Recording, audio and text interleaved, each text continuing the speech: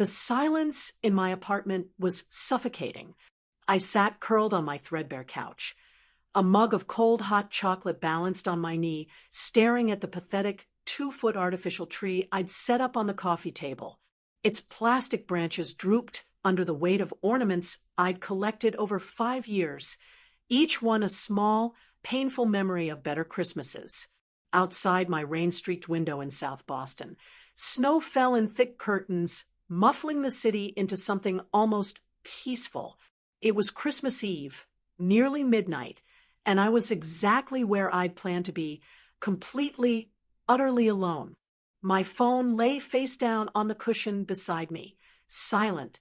I'd turned off notifications hours ago, unable to bear another cheerful family photo from college friends or party selfie from colleagues who'd stopped inviting me after I'd declined too many times. It wasn't that I didn't want connection. God, I craved it with an ache that had become as permanent as my heartbeat. But connection meant vulnerability, and vulnerability meant getting hurt.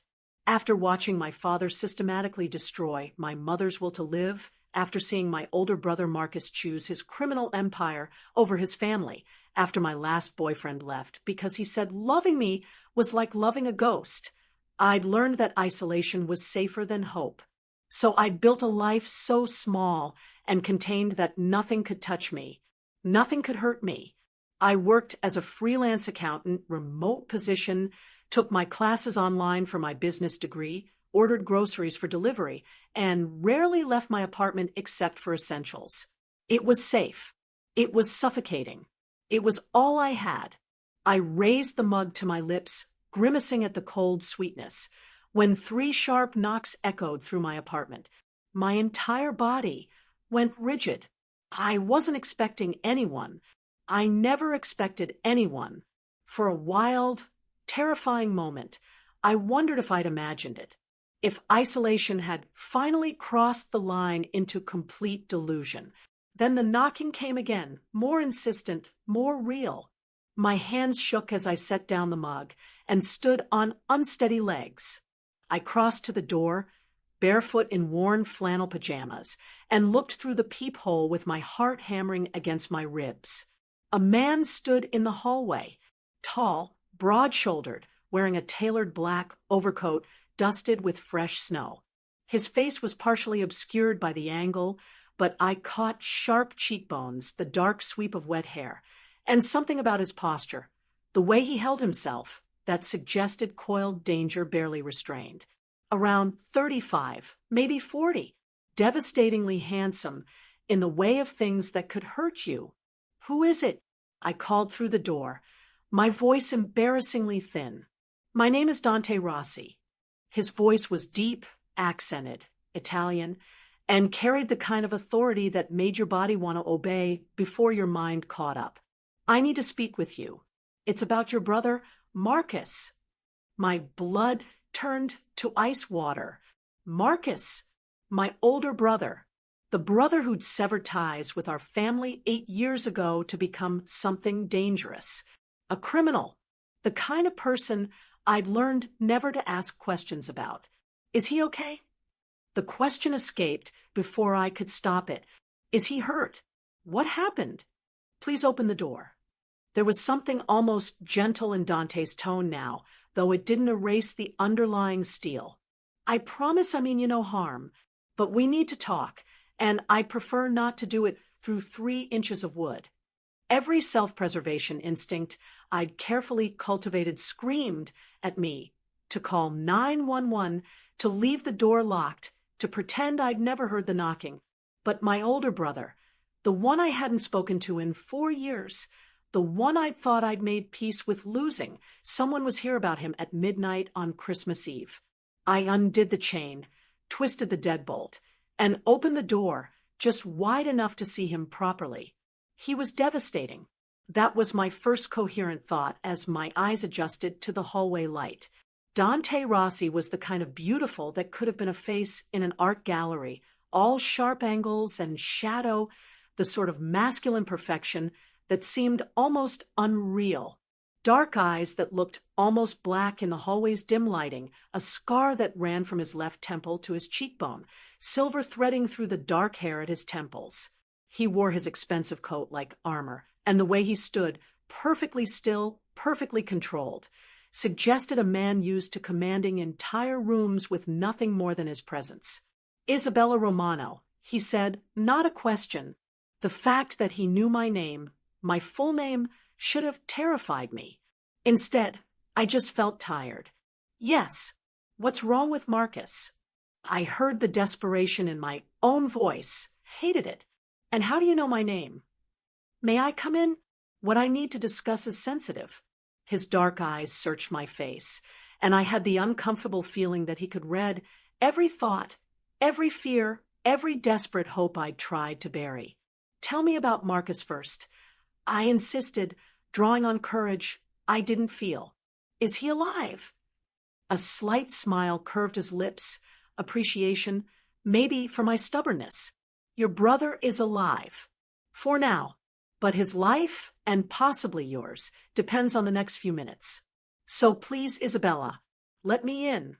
Against every instinct, I stepped back and gestured him inside.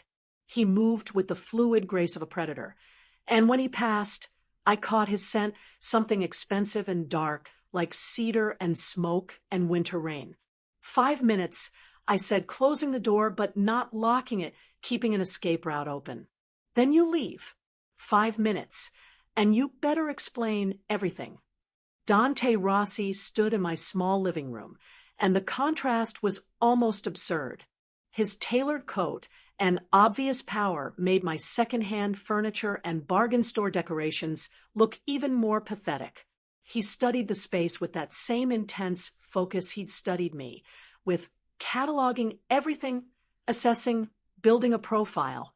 "You live alone," he said, not a question. "Yes. What about Marcus?" He turned those dark eyes back to me. "Sit down. What I'm about to tell you requires context." I remained standing. "Talk." A faint smile. "Stubborn. Marcus mentioned that. He said his sister had her mother's spine and her father's temper, and that was the only reason he cut ties with you, because he wouldn't let his world touch you." My throat tightened. Marcus never talked about us. I'd accepted that he'd moved on, chosen his life over family. But hearing that he'd thought about me, that he'd made a conscious choice to protect me, it hurt in ways I didn't know how to process. "Tell me," I whispered. Dante moved to the window, looking out at the snowing city, like he was buying time. "Do you know what your brother does for a living?" "No. I stopped asking questions years ago." "Wise choice usually." "Marcus Rossi." He stopped, and I blinked. "Wait, Rossi is your brother's last name?" "Our mother's maiden name. He took it when he left home." I grabbed the back of the couch to steady myself. "He's using our mother's name?" "He's honoring your mother," Dante corrected quietly. "Your brother has built something in this city. Not alone, but under his direction. A supply chain, protection services, certain financial enterprises. He's been remarkably successful, remarkably intelligent about keeping it separate from his family. You're telling me you're here because my brother is a criminal. I'm telling you your brother is a powerful man with enemies." Dante's expression darkened. "One of those enemies is named Vittorio Santoro. He's been trying to take over your brother's territory for the past 6 months. Marcus has blocked every move he's made. So now Santoro is changing tactics." My mouth went dry. "Changing how?" "By going after people Marcus cares about." Dante turned from the window, and in the low light of my apartment, he looked like something from a dark dream. "Your brother mentioned you exactly once in the 5 years I've known him. He said, 'I have a sister. I want her to have a normal life. Never contact her. Never let her become leverage.' That made me curious about you. You've been investigating me. I've been making sure you were safe." He pulled out his phone, tapped the screen, and held it out. This photo was taken 6 hours ago at the corner of Massachusetts Avenue and Newbury Street, 2 blocks from your apartment. The image showed a black sedan, engine running, exhaust visible in the cold. Watching. Waiting. That car has been there since it got dark. Dante continued. 3 men inside. Santoro's men. They're watching the single women in this neighborhood, looking for leverage, looking for you. Terror flooded my veins, cold and complete. This isn't real. This doesn't happen to people like me. It does more often than you'd think. Dante pocketed his phone. I have people watching them watch you, but that only works until they make a move. So, you have a choice, Isabella. You can stay here, alone, and hope my people spot any threat before it reaches you. Or, he paused, seeming to struggle with what he wanted to say next. You can come with me tonight, to a place where I can guarantee your safety until Marcus finishes dealing with Santoro. I laughed, a sharp disbelieving sound. You want me to go with a stranger who just appeared at my door claiming my brother's a criminal? That's the solution to my safety. Yes. Dante's expression didn't waver, because despite what you think of me, I keep my word. And I'm giving you my word that if you come with me tonight, no one will touch you. You'll have your own room, your own space, complete autonomy. All I'm asking is that you let me keep you alive. For how long? My voice shook.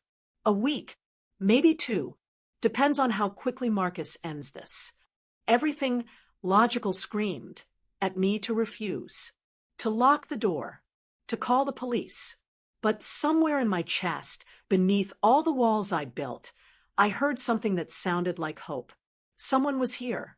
Someone cared enough to show up at midnight on Christmas Eve to protect me, even if that someone was a stranger who looked at me like he wanted to consume me whole. If I say yes, I heard myself say, I need guarantees.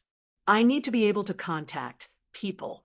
I need to know I can leave if I want to. Whatever you need, he interrupted. Write the list. I'll meet every condition. Your safety and comfort are non-negotiable. And you promise this is temporary? That as soon as the threat is gone, I can come home. You have my word. And if you want additional insurance, I'll put it in writing. Signed, witnessed, legally binding. I can have my lawyer here in 15 minutes. The absurdity of it, a suspected criminal offering legal contracts, almost made me laugh. But there was nothing funny about the way he looked at me or about the black sedan waiting in the snow outside. Okay, I heard myself say, okay, I'll go with you. But I need to pack some things first. Relief washed across his features so profoundly it was almost shocking. For a moment, the dangerous facade cracked, and I caught a glimpse of something underneath. Loneliness, maybe, or desperation. Of course, he said. Take whatever time you need. I'll wait here. I retreated to my bedroom with my heart hammering so hard I thought my ribs might break. I threw clothes into a duffel bag with shaking hands, jeans, sweaters, my laptop, chargers, toiletries. I grabbed my phone charger and the photo album from my nightstand, the one with pictures of Marcus and me before everything changed. I needed something familiar in whatever strange place I was going. When I emerged 15 minutes later, Dante was standing exactly where I'd left him, as if he'd been afraid that moving would spook me. He took my bag without asking, and our fingers brushed in the exchange. The contact was brief, but electric. From the way his eyes widened slightly, he felt it too. Ready? He asked. No, but let's go anyway. He smiled, a genuine smile this time, warm and almost boyish. I like that. Bravery without the false confidence. That's real courage. We left my apartment. Dante kept himself between me and the stairwell as we descended. Outside, the snow had intensified, transforming the street into something from a postcard. But the black sedan was still there, exactly as Dante had described, parked across from my building entrance. I felt eyes on me as we walked to a dark SUV at the curb. A man appeared from seemingly nowhere, broad-shouldered with a scar bisecting his left eyebrow. He opened the SUV's back door without speaking. "This is Nico," Dante said, "head of my security. He'll be driving us." I slid into the back seat, and Dante followed, positioning himself between me and the window. As Nico pulled into traffic, I caught one last glimpse of my building and the black sedan pulling away from the curb to follow us. "They're following us," I said, trying to keep my voice steady. "They will for a few more miles," Dante replied, and his hand found mine in the darkness. He squeezed gently, reassuring. "But once they realize where we're going, they'll back off. No one is stupid enough to follow me home." His hand was warm, his grip steady, and against all logic and self-preservation, I believed him.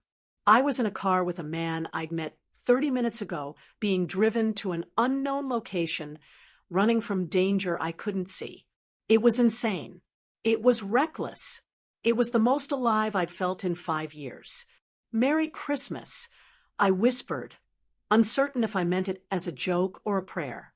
Dante squeezed my hand again, his thumb tracing circles across my knuckles. "Merry Christmas, Isabella. Welcome to my world." The drive took 40 minutes, carrying us out of my familiar South Boston neighborhood and into areas I'd only seen in glossy magazine spreads about New England's wealthy elite. The buildings grew taller, the streets cleaner, the cars more expensive. Finally, Nico pulled up to a high-rise in Back Bay with a doorman and the kind of security that probably included fingerprint scanners and facial recognition. "You live here?" I asked, craning my neck to see the top floors. "Top 4 floors, actually," Dante said, helping me out of the SUV. His hand was steady on my elbow, a gesture that suggested he'd done this 1,000 times before. "The building is one of my companies. I like having control over who comes and goes." The lobby was all marble and modern art, aggressively expensive in a way that made my stomach clench. The doorman greeted Dante with respectful nods. We took a private elevator that required a key card to operate, and soft jazz played as we ascended. I watched the floor numbers climb, 30, 35, 40, 45, until we finally stopped at 47. The doors opened directly into Dante's apartment. I stepped out and stopped, completely speechless. Floor-to-ceiling windows showcased Boston glittering in the distance, snow falling past the glass as if we were inside a snow globe. The space was massive, open concept, with a living area that could fit my entire apartment 3 times over. But despite its size, it felt warm. Books lined shelves, art that looked genuinely loved rather than just expensive hung on the walls, and little details that suggested someone actually lived here. A coffee mug on the side table, a chess set mid-game on a side table, a leather-bound journal on the window seat. I couldn't find words. "This is incredible." I had it renovated a few years ago to actually feel like a home instead of a showroom, he said, setting down my bag and shrugging out of his coat. Underneath, he wore a dark sweater that showed off shoulders that definitely could break down doors. "Can I get you something? Coffee? Tea? Something stronger? You look like you're still processing all of this." "Tea would be good." I managed. "I feel like my brain is in about 6 different places at once." He moved toward an open kitchen that had appliances I'd only seen on cooking shows. "Go ahead and look around. Get comfortable. This is your home for as long as you need it." I wandered through the space, drawn to the windows and their impossible view.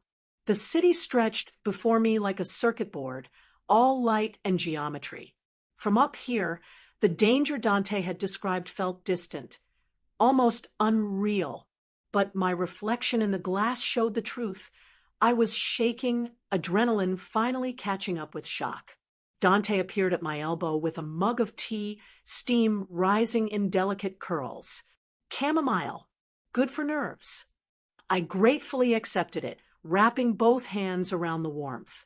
I still don't understand why you're doing this. You could have just warned me, or had someone watch my building. You didn't have to bring me here." He leaned against the window frame, studying me with that same intense focus from before. "Can I tell you something? I feel like you're going to regardless." That earned a soft laugh. "Fair. Here's the truth, Isabella. I've been alone for a long time. My family, let's just say they're not the kind of people you spend holidays with. I stopped celebrating Christmas years ago because it seemed pointless to mark joy I didn't feel. And then, about 4 hours ago, your brother called me. He was worried about you, worried that you were spending Christmas alone, that you'd cut yourself off from the world the way he did. He asked me to check on you, to make sure you were safe." Tears burned my eyes. Marcus had called him. About me. "He also asked me to do something else," Dante continued. "He asked me to remind you that he loves you. That cutting ties was never about not loving you. It was about protecting you. He could have called me himself." I whispered. "He did. 3 days ago. You didn't answer." I had a vague memory of a call from an unknown number that I'd let go to voicemail. I'd thought it was a spam caller. "So," Dante said, "I made a selfish decision.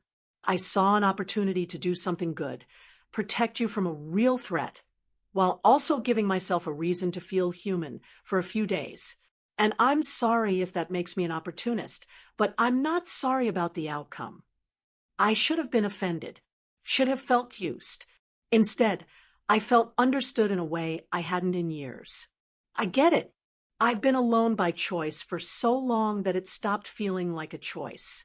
It just became who I am." "Who you've been," he corrected gently. "Not who you have to be." We stood there in the window's reflection, two people shaped by isolation, finding unexpected understanding in a stranger's apartment on Christmas Eve. Outside, snow continued to fall. Somewhere in the city, men with bad intentions moved in the darkness. But in that moment, suspended high above the world, I felt something I hadn't felt in 5 years. Safe. Not just physically, but emotionally, like I'd found someone who understood the particular shade of loneliness I carried. "Your room is this way," Dante said after several minutes, gesturing down a hallway. "Private bathroom, your own space. I'm 3 doors down if you need anything." The room was beautiful, decorated in soft grays and creams, with a bed that looked like a cloud and windows showcasing that impossible view of the city. I set down my tea and collapsed onto the mattress, my mind spinning with everything that had happened. 4 hours ago, I'd been completely alone, convinced that solitude was safety. Now I was in a penthouse with a man I barely knew, a man who might be dangerous, but who made me feel less alone than I'd felt in years. It was insane. It was impossible. And lying there in the darkness with the city glowing beyond my windows, I couldn't shake the feeling that everything was about to change. I woke to winter sunlight streaming through unfamiliar windows, and the scent of coffee drifting from somewhere deeper in the apartment. For a moment, I couldn't place where I was. The bed was too comfortable, the sheets too soft, the silence too complete. Then memory flooded back. Dante, the threat, the midnight escape. I grabbed my phone from the nightstand and saw it was nearly 11 a.m., later than I'd slept in years. There were messages from Marcus wishing me Merry Christmas and several missed calls from a private number I assumed was Dante. I made a mental note to call my brother back, then pulled on jeans and a sweater before venturing out. The living room was empty, but voices drifted from the kitchen. I followed them to find Dante at the stove, cooking something that smelled incredible, while Nico sat at the counter reading a newspaper. They both looked up when I entered. "Good morning," Dante said, smiling. He looked different in daylight, less intimidating, more human. He wore dark jeans and a simple black t-shirt that showed off arms I definitely shouldn't have been noticing. "Sleep well." "Better than I have in months." I admitted, accepting the coffee he poured into a mug that probably cost more than my monthly utilities. That smells amazing. Osso buco, my mother's recipe. He turned back to the stove. Merry Christmas. How are you feeling? Any nightmares? No, surprisingly. I slept like the dead. I settled on a bar stool and watched him cook with the easy competence of someone who genuinely loved it. Have there been any updates? About Santoro's men. Dante and Nico exchanged a look. There have been developments, Nico said carefully, folding his newspaper. Last night, around 3 a.m., Santoro's men tried to enter your building. Our people intercepted them before they got past the front door. There was a confrontation. My stomach clenched. Is anyone hurt? Not our people, Nico said, his tone remaining neutral, though something in his voice suggested he'd been personally involved in those injuries. 2 of Santoro's men are in the hospital with injuries they'll have trouble explaining to anyone who asks. It means Santoro knows we're protecting you specifically, Dante added, plating the osso buco with professional precision, which makes things more complicated. He'll see you as valuable now, either as leverage or as a way to provoke Marcus. He set a plate in front of me, and despite my anxiety, my mouth watered. The meat was fall-apart tender, the sauce rich and complex, the vegetables perfectly roasted. I'd been living on takeout and frozen dinners for so long that real food felt almost decadent. This is incredible, I said around a bite. Cooking is meditation, Dante replied, preparing his own plate. When everything else is chaos, the kitchen makes sense. It's the one place I can control the outcome. There was something deeply lonely in that statement, and I found myself understanding it completely. So what now? How long do I stay here? A few more days, minimum. Maybe a week. He joined me at the counter. Your brother is handling Santoro, but Santoro isn't going to back down easily. He's too far committed now. So Marcus is going to have to make a decision. What kind of decision? Dante and Nico exchanged another look. The kind that ends wars, Nico said quietly. Understanding crashed over me. Marcus is going to kill him. Or have him killed, Dante corrected. Your brother is brilliant at a lot of things, but he prefers to let other people get their hands dirty. Keeps him at a distance.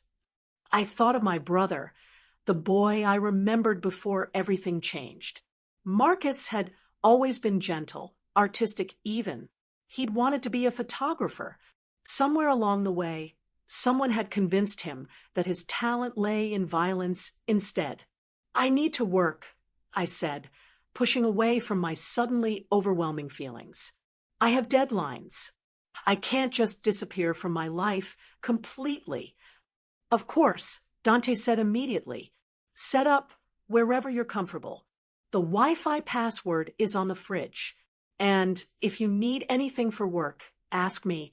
I mean it, Isabella. Anything. He checked his phone and frowned. I have some business to handle this afternoon, but I'll be back for dinner. You don't have to rearrange your schedule for me. Just stay here.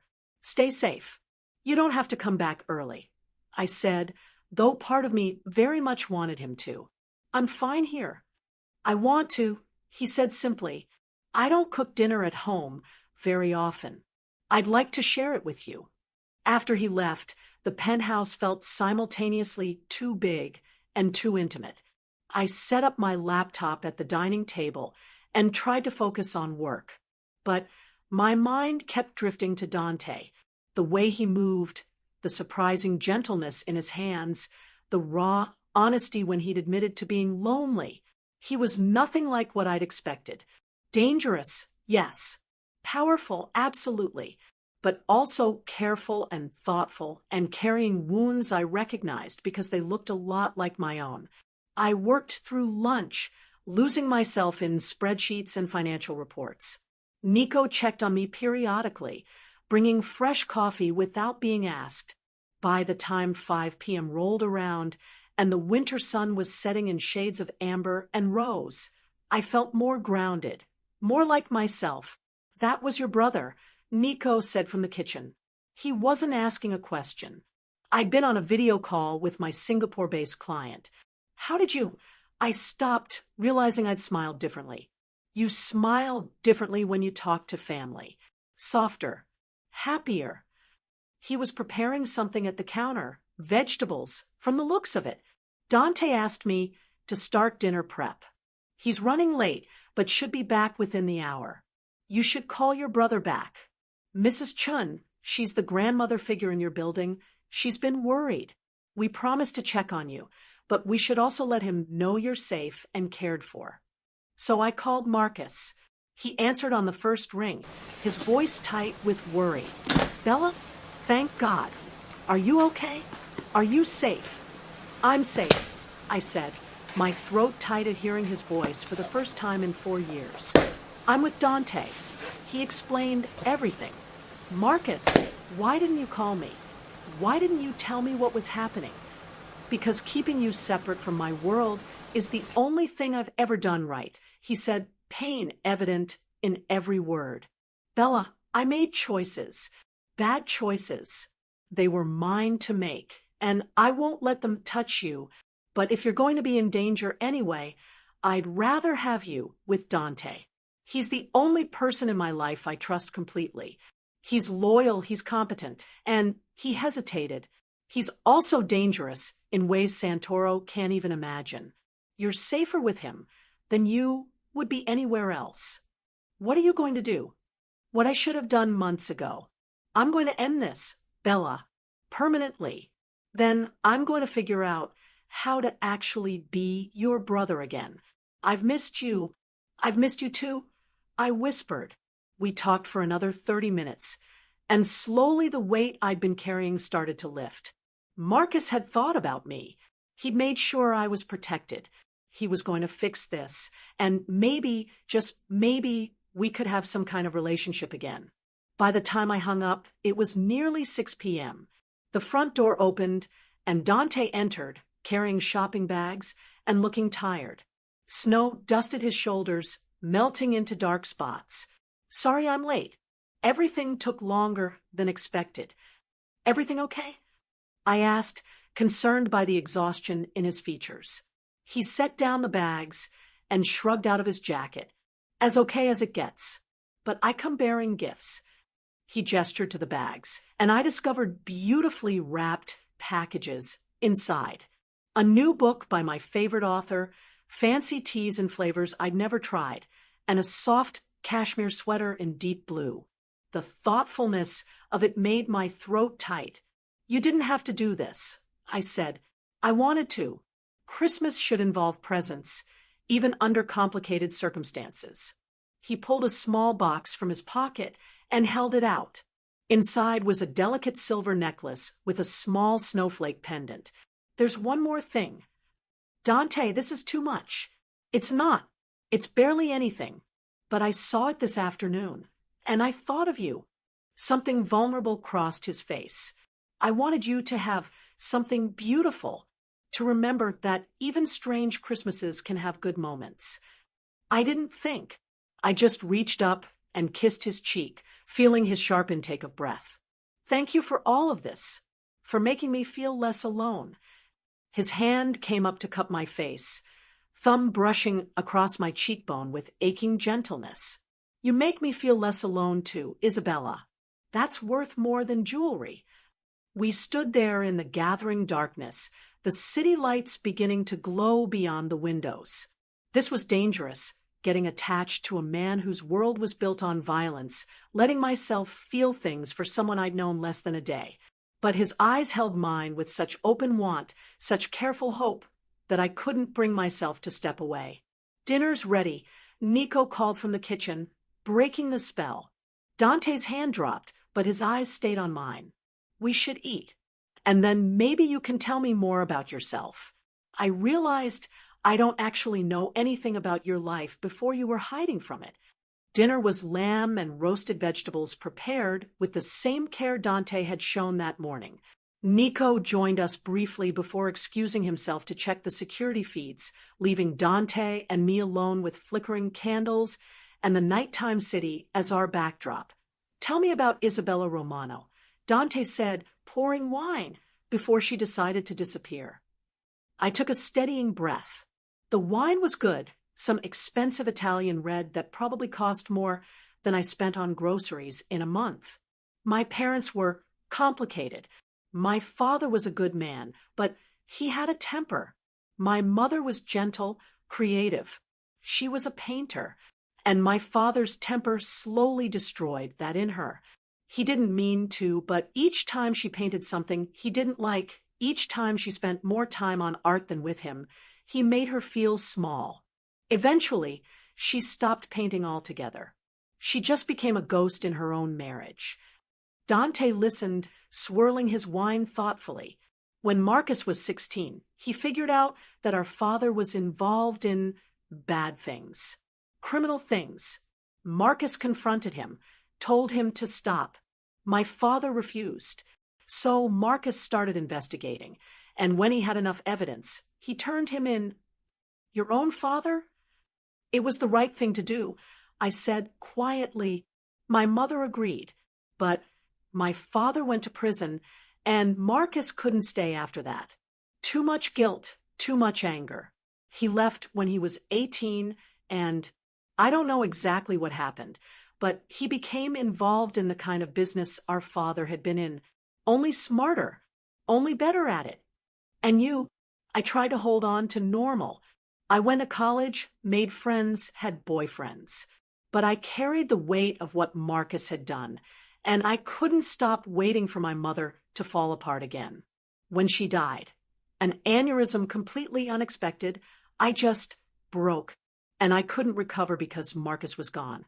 And everyone else just wanted me to move past it, like grief was something you could schedule time for, and then move on. Is that when you stopped letting people in? That's when I realized letting people in meant eventually losing them. So I built walls. I cut everyone off before they could disappoint me. I made a life so small that there wasn't room for hurt. Dante set down his wine glass. I understand that. When my father died, I inherited everything, his business, his responsibilities, his enemies. It didn't leave room for personal connections. Anyone I let close became a liability, a weakness someone could exploit. So I stopped letting people close. Do you regret it? I asked. Every day. But regret doesn't change the circumstances. He refilled our glasses. Though recently, I've been wondering if safety is worth the cost of perpetual loneliness. And what conclusion did you reach? He smiled slightly. Maybe the right person makes the risk worthwhile. Maybe some connections are worth protecting instead of avoiding. My heart hammered. Dante, I know. Too fast, too intense, completely inappropriate given the situation. I'm tired of pretending, he said quietly. Isabella, you walked into my life, or I walked into yours less than a day ago, and somehow you've made me feel more human than I've felt in years. That's worth acknowledging. I can't promise easy. My world is complicated and dangerous, but I can promise honesty. I can promise that whatever this is between us, I'll protect it as fiercely as I protect you. He reached across the table and took my hand. His skin was warm, his grip steady, and everything in me responded to him. I'm falling for you, he continued, hard and fast, and probably foolishly, but I can't seem to stop myself. I'm falling for you too, I whispered, and it terrifies me. I don't know how to trust this, how to trust you, how to trust myself not to sabotage it by running away when things get difficult. Then don't run. Stay. See what happens when two lonely people stop choosing safety over connection. He held my hand across the table, and I realized I was trembling. Everything logical said this was a terrible idea. But sitting there with Dante, with the city glowing beyond the windows and his dark eyes full of careful hope, I couldn't remember why safety had ever seemed more important than this. Okay, I whispered. I'll stay. Not just because of the danger, but because I want to see where this goes. His smile was blinding. Thank God. I was prepared to make a much more elaborate argument. We finished dinner talking about the small things that build intimacy, books we loved, movies that made us cry, the details of our lives before they'd become so small. Dante told me about learning to cook from his mother, about the vineyard his family owned in Tuscany, about his dream of someday having a life that didn't revolve around territory and violence. I told him about my accounting work, about the spreadsheets that made sense when people didn't, about my secret love of terrible reality television. Slowly, the walls we both built started crumbling. It was near midnight when Dante walked me to my room. We stood in the doorway, neither wanting to say goodnight, both aware that crossing certain thresholds would change everything. Thank you for today, I said. For the gifts, for dinner, for being honest about what you want. Thank you for giving me a reason to celebrate Christmas again. He reached up and tucked a strand of hair behind my ear, his fingers lingering against my skin. Sleep well, Isabella. I'll see you in the morning. Good night, Dante. He turned to leave, then stopped at the end of the hallway.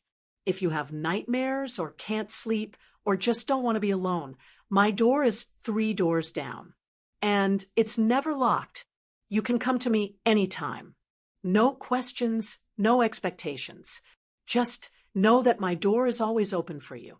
Then he was gone, leaving me standing in my doorway with my heart racing and the knowledge that I was falling for a man who could either save me or destroy me, possibly both. I lay in bed, staring at the ceiling, thinking about open doors and impossible choices. Somewhere in the building, men with guns kept watch to protect me from external threats. But who would protect me from the far more dangerous threat of falling in love? December 26th, 2 p.m. The next few days settled into a rhythm that felt dangerously domestic.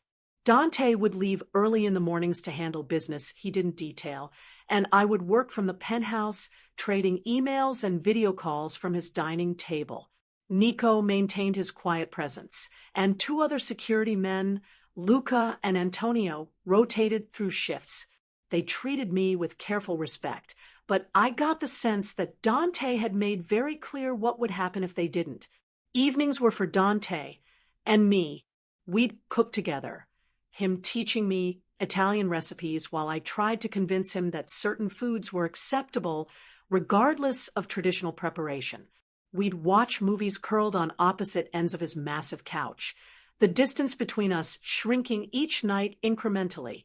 We'd talk until late, sharing histories and fears and the small vulnerabilities that build bridges between isolated souls.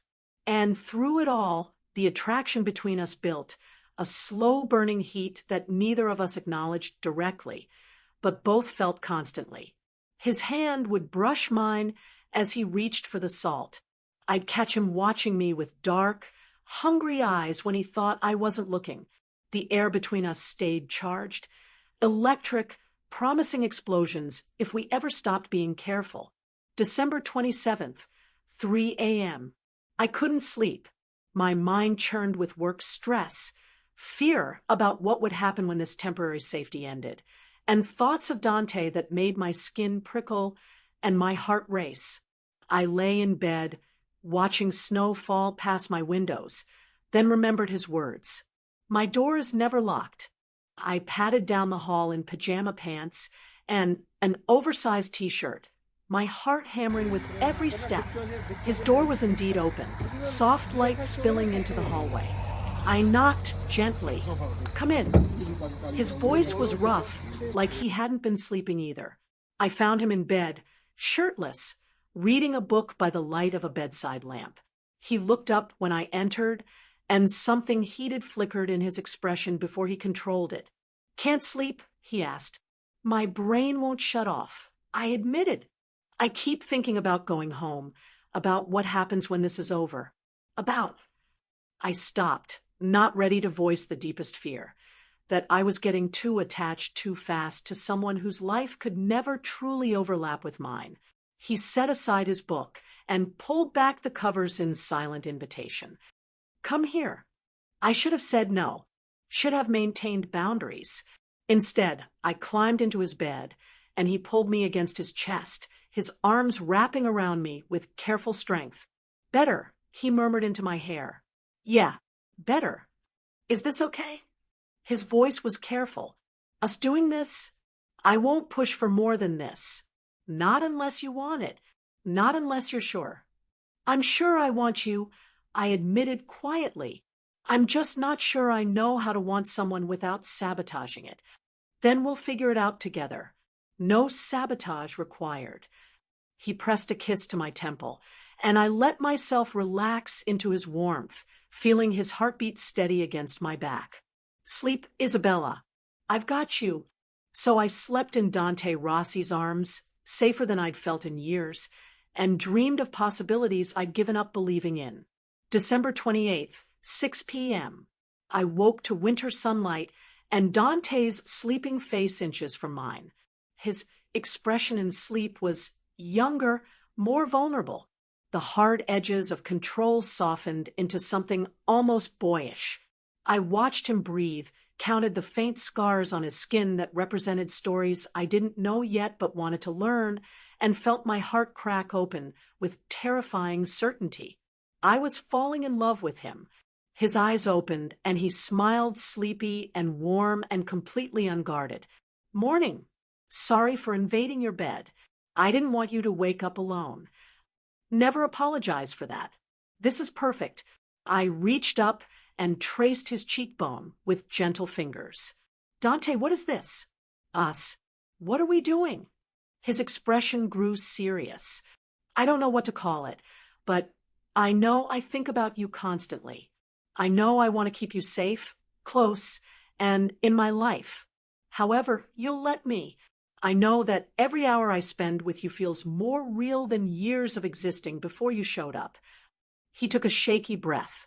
I'm falling for you, Isabella. Hard and fast, and probably foolishly. But I can't seem to stop myself. I love you. He said it with no dramatics, just truth. It's only been 2 days, I whispered. I know, it's insane. But I'm not going to pretend I don't feel it just because the timeline offends conventional wisdom. I love you. And whatever happens next, that's real. We're real. Before I could respond, his phone rang.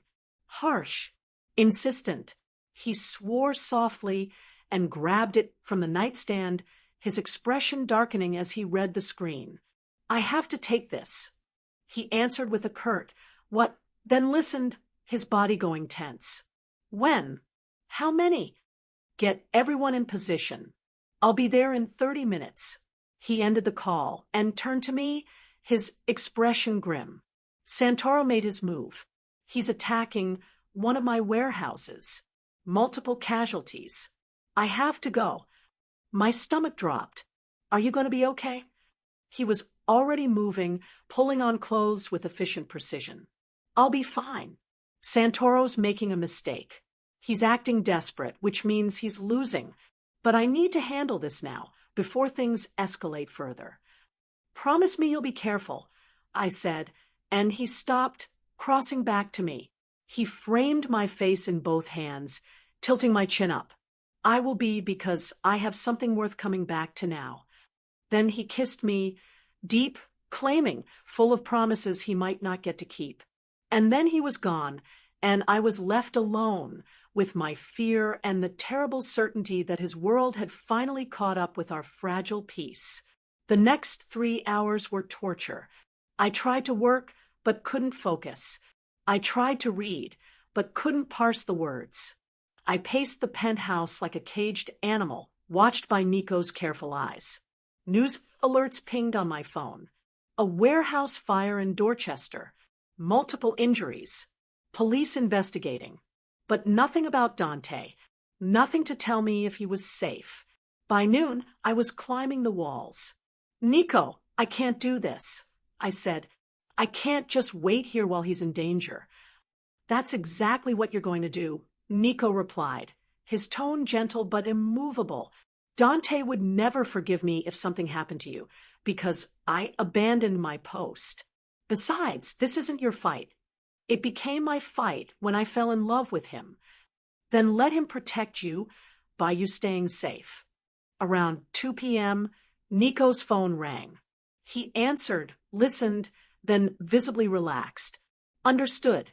We'll be ready. He hung up and turned to me with something like relief. That was Marco. Dante's secure. But Santoro's men are being repositioned. We're moving you to a safer location. He no longer trusts this building. Moving where? Somewhere even more secure. Dante will explain when he gets here. 20 minutes later, the elevator doors opened and Dante strode in. He was disheveled, his shirt torn, blood on his knuckles, but whole and alive. My heart nearly burst with relief. I ran to him without thinking, and he caught me, holding me tight. I'm okay, he murmured into my hair. I'm okay, Isabella. You're safe. You're bleeding. Not my blood. He pulled back enough to look at me, his dark eyes intense. We need to move. Now.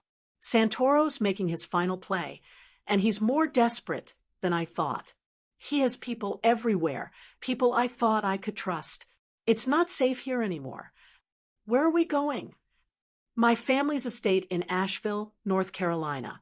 It's a fortress, actual walls, armed security, the whole setup. We'll be safe there while I finish this. He cupped my face.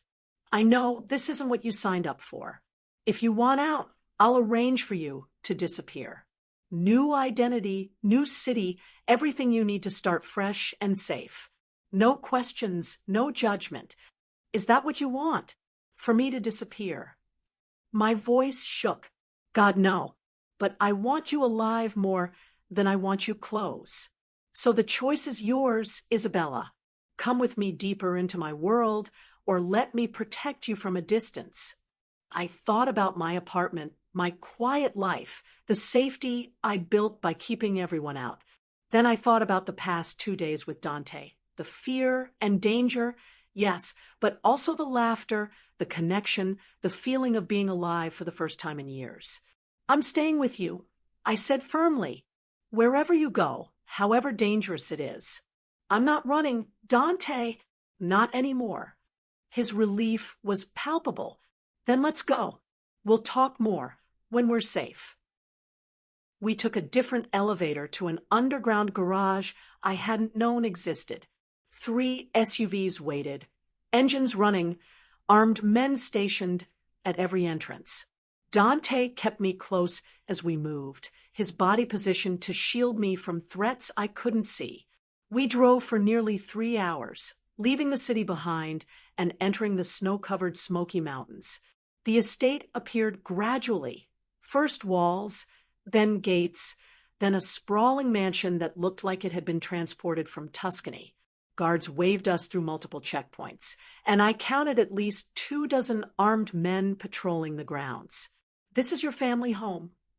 I asked as we pulled up to the main house.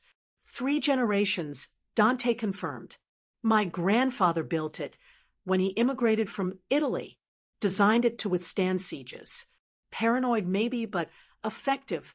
The house was beautiful, old-world craftsmanship, mixed with modern security.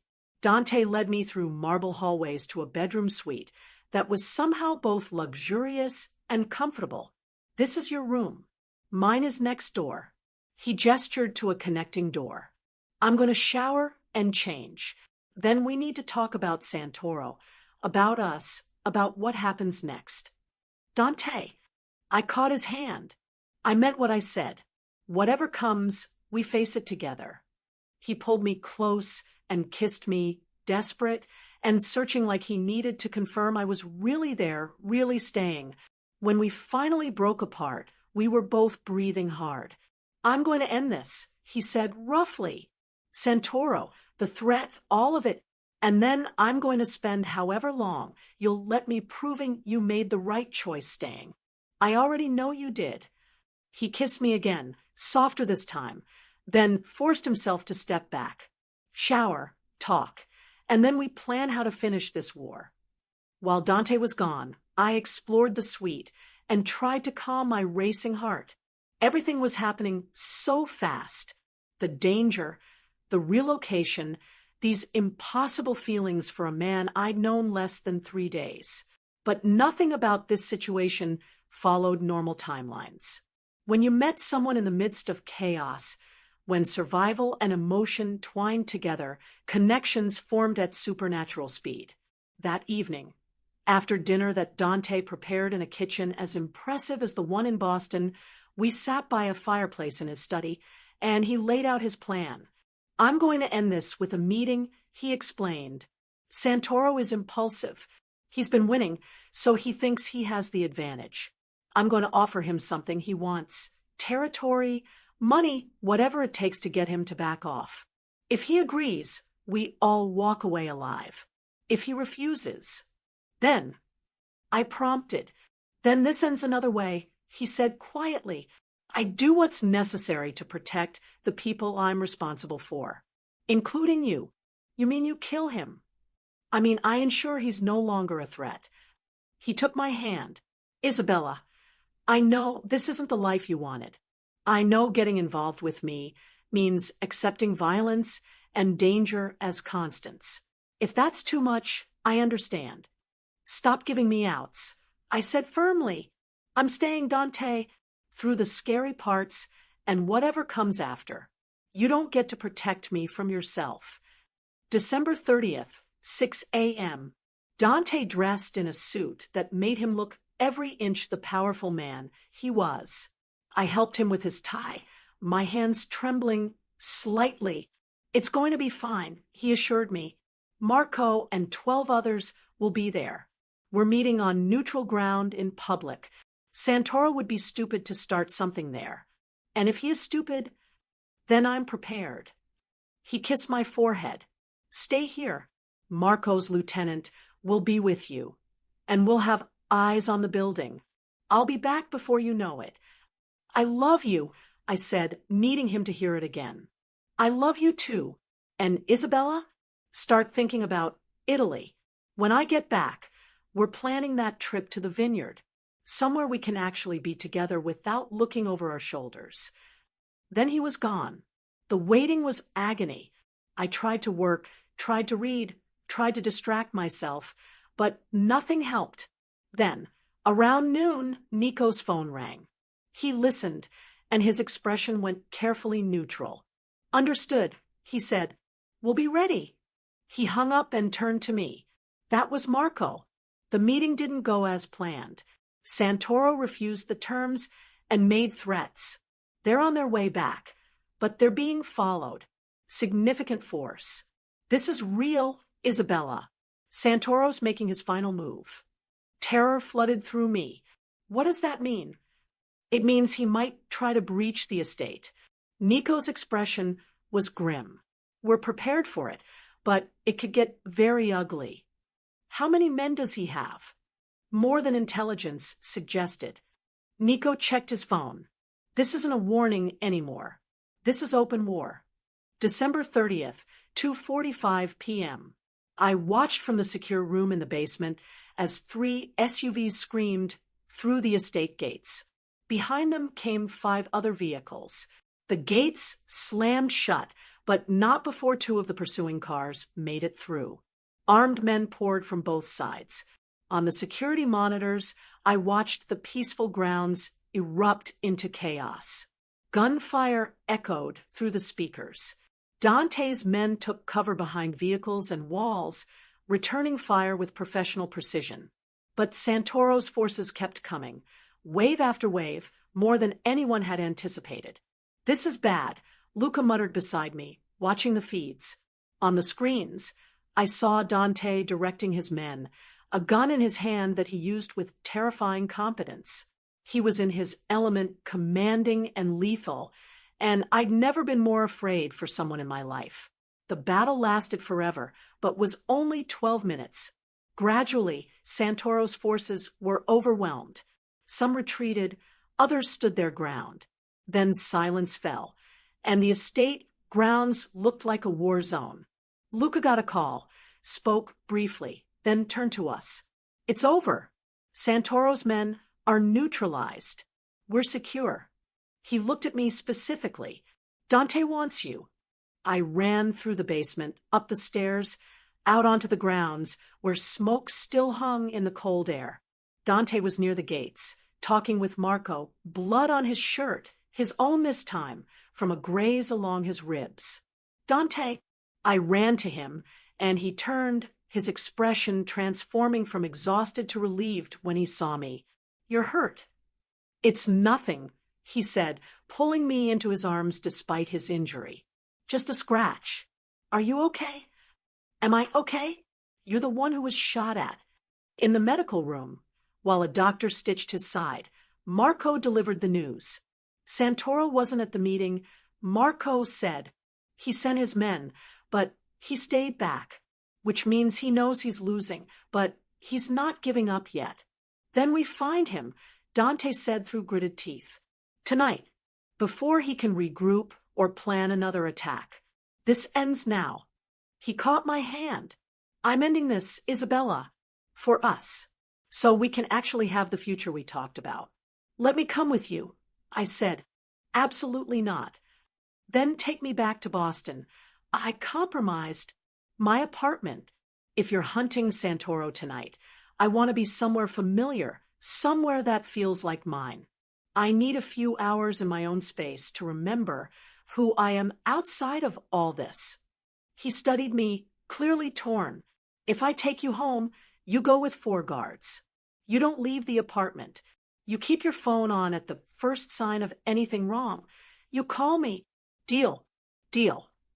By late afternoon, I was back in my apartment for the first time in 3 days. It looked exactly as I'd left it. Tiny tree on the coffee table, cold hot chocolate in its mug, my life frozen in time while I'd been living in a completely different world. The 4 guards positioned themselves around the building, trying to be unobtrusive and failing. I needed space, so I retreated to my bedroom and called Marcus. He answered immediately. Bella, are you okay? We talked for 2 hours about everything and nothing. His work, his girlfriend, the weather in Singapore, the normal sibling conversation that grounded me and reminded me that life existed outside of mafia wars and dangerous men. When we hung up, I felt more like myself than I had in days. I was making tea in my kitchen when I heard a sound from the living room, a thump like something heavy falling. My blood turned to ice. One of the guards should have called out to reassure me, but there was only silence. I grabbed my phone and moved toward the doorway. The living room was dark. Someone had turned off the lights, and I could see shapes moving in the shadows. 3 figures, too many to be my guards. I ran for my bedroom, slamming and locking the door. My fingers shook as I pulled up Dante's number, but before I could press call, the door exploded inward. A man I didn't recognize grabbed me, his hand covering my mouth before I could scream. Quiet, he hissed in accented English. You come with us. No trouble. Maybe you live. Everything happened at once. 2 other men secured my hands behind my back with zip ties. They dragged me out of my apartment, past my guards who lay unconscious in the hallway. I tried to fight, tried to make noise, but one of the men pressed something sharp against my ribs. Quiet or I use this. Understand. I nodded, terror making me compliant. They pulled me down the back stairs and out into the alley. A van waited. They shoved me inside, and I landed hard on the metal floor. One of the men secured my ankles. Then something rough was pulled over my head, a hood plunging me into darkness. The drive lasted 20 minutes.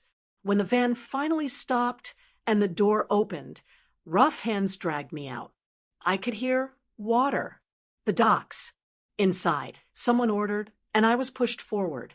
A door opened, then closed.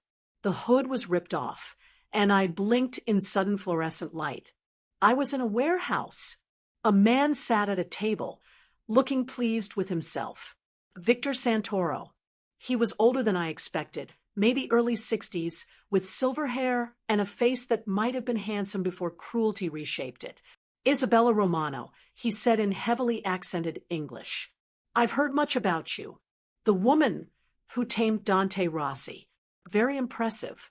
He stood and circled me slowly, studying me like a predator. I'm told he loves you, that he'd do anything to keep you safe. Is this true? I said nothing, knowing anything I said could be used against Dante. Admirable.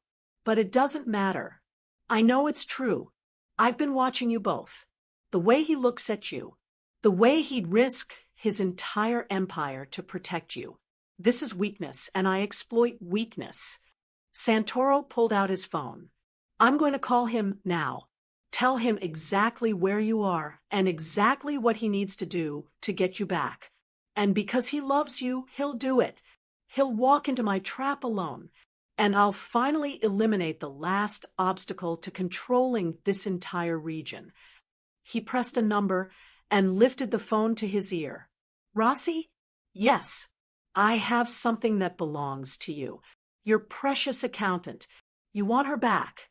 You come alone to the Pinnacle warehouse on Atlantic Street. You have 1 hour, and if you don't follow my instructions exactly, I'll kill her. Then I'll kill you. Simple, elegant, effective. He hung up without waiting for a response. 1 hour, he said, looking at me. He'll come alone because he loves you. And when he arrives, I kill you both. Simple. He gestured to his men. Secure her to the chair. Position her where Rossi will see her when he arrives. I want him distracted by the threat to her. It'll make killing him easier. They secured me to a metal chair with additional zip ties, positioning me facing the door. My wrists throbbed, and fear made my stomach churn. But underneath the terror, anger burned. I refused to be the damsel whose endangerment got Dante killed. If this was a trap, I needed to warn him. I needed to disrupt Santoro's plan. The warehouse had high windows I couldn't reach. One door I could see, and probably others I couldn't from my position. Santoro's men numbered 6 that I could count, all armed. The odds were terrible, but Dante wouldn't come alone. No matter what Santoro had demanded, Dante would have a plan. I just had to survive long enough for that plan to work. Time crawled past. Santoro sat at his table, cleaning his gun with methodical precision. His men smoked and talked in Russian, occasionally glancing at me like I was a prize they'd won. Then I heard it, the distant sound of an engine. Santoro stood. His men moved to positions around the warehouse. The trap was set. The warehouse door opened. Dante stood there alone, his hands raised to show he was unarmed. His eyes found mine immediately, and I saw relief, fury, and something else, something that looked like a carefully laid plan. Let her go, Dante said, his voice deadly calm. Your fight is with me, Santoro. She's innocent. No one who loves you is innocent, Santoro replied. She's complicit in your empire simply by choosing you. And now she'll watch you die before joining you.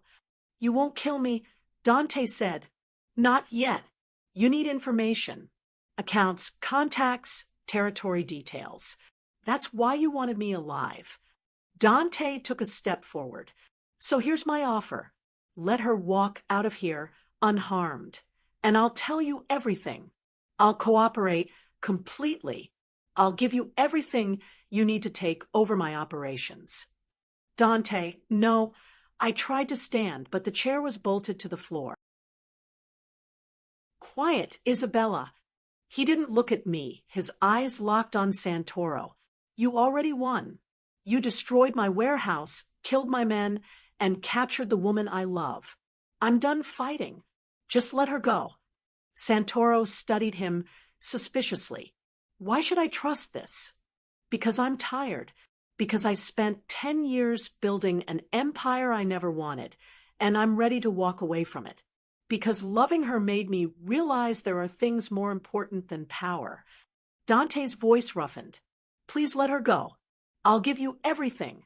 I watched in horror as Santoro considered, realizing this was a performance, a distraction, part of a plan I couldn't see. I needed to play along. If you let me go, I said, making my voice shake, I'll convince him to cooperate. I'll make sure he tells you everything. Just please don't hurt him. Santoro smiled, enjoying our desperation. How touching. But I think. The windows shattered, 6 of them simultaneously. Smoke canisters came through, filling the warehouse with thick gray fog. I heard shouts, gunfire, and chaos. Dante moved faster than should have been possible, diving for me. He produced a knife from somewhere and cut through my zip ties in seconds. Stay down, he ordered, pulling me behind a stack of crates. The warehouse erupted into a full firefight. Marco and what sounded like dozens of others poured through the doors and windows, and Santoro's men returned fire. But the smoke gave Dante's people the advantage, and within minutes, the shooting stopped. When the smoke cleared, Santoro's men were down. Marco stood over Santoro himself, who was on his knees with a gun pressed to his head. Dante emerged from our hiding spot, pulling me with him. It's over, Marco said. What do you want us to do with him? Marco asked. Dante looked at Santoro with cold fury. He threatened an innocent woman. He attacked my home. He tried to kill people under my protection. He turned to me. This is your choice, Isabella. He did this because of you. You decide what happens to him. The weight of that decision threatened to crush me. I looked at Victor Santoro, a man who'd kidnapped me, threatened to kill me, who would have used me to destroy Dante without hesitation. Every instinct screamed for punishment, for revenge. But looking into his eyes, I saw what he'd become. Poisoned by power, by violence, by the endless cycle of retaliation. Let him live, I said quietly, but make sure he can never threaten anyone again. Turn him over to the authorities, to his enemies, to whoever can guarantee he's powerless. But don't become what he is by killing him. Dante studied me for a long moment, then nodded. Marco, call our contacts at the FBI. Santoro has outstanding warrants from 3 states. That's the information they want. Let them have him. Boss, he tried to kill you, Marco protested. I know, but Isabella is right. We're better than this, better than him. Dante pulled me against his side. Get him out of here and find whoever gave him information about our security. I want to know who betrayed us. As Marco dragged Santoro away, Dante turned his full attention to me. His hands ran over my arms, checking for injuries. His expression was a mixture of relief and residual fear. Are you okay? Did they hurt you? I'm fine. Scared, but fine. I touched his face, needing to confirm he was real. You came for me. Of course I came for you. Did you really think I wouldn't? He pulled me into a crushing embrace. When they took you, when I realized my precautions failed, I've never been so terrified in my life. If something had happened to you, I'm okay, I whispered. We're both okay. I pulled back enough to look at him. Is it really over? The war. Santoro. All of it. It's over. Santoro's allies will scatter without him. Some will come to me seeking protection. Others will disappear. But the threat to you, specifically, that's done. He brushed hair back from my face with gentle fingers. You can go home, Isabella. Back to your apartment. Your normal life. You're free. The words should have brought relief. Instead, they felt like a door closing. What about us? I asked. His expression turned vulnerable. That's up to you. I meant what I said. I want you in my life. But I'll understand if this past few days have been too much. if you need distance, time to process, or just space to figure out what you want. I thought about my apartment, my small life. I thought about the past 3 days with Dante, the fear and danger, yes, but also the laughter, the connection, the feeling of being alive for the first time in years. Take me to Italy, I said, to the vineyard you mentioned. Let's go somewhere we can be Isabella and Dante without the danger, the empire, or any of it, and let's figure out what we are when nothing is threatening to tear us apart. Joy transformed his face. Are you sure? I'm sure I love you. I'm sure I want to build something real with you. Everything else we can figure out as we go. I stood on tiptoes and kissed him. So, yes, please take me to Italy. Show me your world when it's just about wine and sunlight and us. Tomorrow, he promised, pulling me close. We'll leave tomorrow.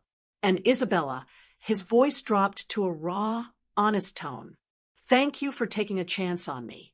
For not running when you probably should have. For choosing us.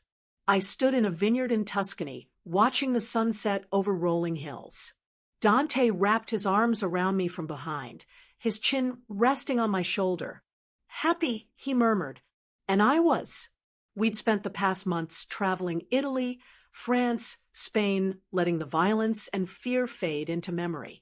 We'd talked for hours about what we wanted our lives to look like. Dante was slowly transitioning out of his more dangerous operations, delegating to trusted people, building something more legitimate. And I discovered that my accounting work could be done from anywhere, that I didn't need to hide in my apartment to feel safe. We bought a small house near the vineyard. Our refuge, Dante called it. The place we'd come when his world got too intense or when I needed reminding that safety and connection could coexist. I love you, I said, turning in his arms. I know I say it constantly, but I need you to know I love you too, every day more than the last. He kissed me softly. Thank you for saying yes that night, for trusting me when you had every reason not to. Thank you for knocking, for being stubborn enough to make me choose living over hiding. I kissed him back. Best Christmas gift I've ever received. A beautiful, dangerous man appearing on my doorstep at midnight. He laughed, the sound warm and free. Best gift I ever received. A brave woman who saw past the danger to the person underneath. We stood there as the sun painted the sky in shades of gold and rose. Two lonely people who'd found each other in the most unlikely way and built something lasting from the ashes of our solitary lives. It wasn't perfect. We still had his world to navigate, my trauma to heal, and the constant work of building trust and intimacy. But it was real, and that made it worth everything. I'd spent 5 years alone, building walls to protect myself from pain.